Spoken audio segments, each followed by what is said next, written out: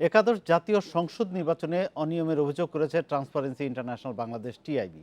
সংস্থাটি বলছে নির্বাচন অংশগ্রহণমূলক হলেও প্রতিদ্বন্দ্বিতাপূর্ণ হয়নি। তবে নির্বাচন কমিশন সচিব হেলাল উদ্দিন আহমেদ বলছেন টিআইবির প্রতিবেদন গ্রহণযোগ্য নয়। নির্বাচনে অনিয়মের অভিযোগ এনে পরবর্তীতে নির্বাচন কমিশনে জাতীয় ঐক্যফ্রন্ট স্মারকলিপি প্রদান করে। সকালে রাজধানীর মাইডাস সেন্টারে আয়োজিত সংবাদ সম্মেলনে গবেষণা প্রতিবেদনটি তুলে ধরে টিআইবি।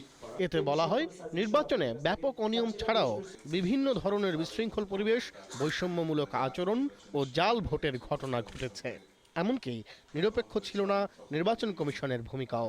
গণতন্ত্রের জন্য অবশ্যই এই ধরনের নির্বাচন ইতিবাচক নয়, এটা সে কারণে কিন্তু আমরা এটাকে বলা হচ্ছে যে প্রশ্নবিদ্ধ করা হয়েছে ইত্যাদি। এই জন্য আমরা এটাকে বিচার বিভাগীয় তদন্ত চাচ্ছি। আমরা দেখতে চাই সত্যিকার অর্থে আমাদের পছন্দের মানুষেরাই দেশ পরিচালনার দায়িত্ব পাচ্ছেন। যেভাবে এবারকার নির্বাচনটা পরিচালিত হয়েছে সেটার ভিতর প্রচুর ত্রুটি ছিল। সেই নির্বাচন কমিশনের কাছেই মূলত আমরা এই কথাগুলি বলেছি, এই অভিযোগগুলি পৌঁছাবার চেষ্টা করেছি। এদিকে অভিযোগের বিষয়ে ইসি সচিব হেলাল উদ্দিন আহমেদ বললেন, টিআইবির প্রতিবেদন অগ্রহণযোগ্য, এটি আমলে নেওয়ার কোনো সুযোগ নেই।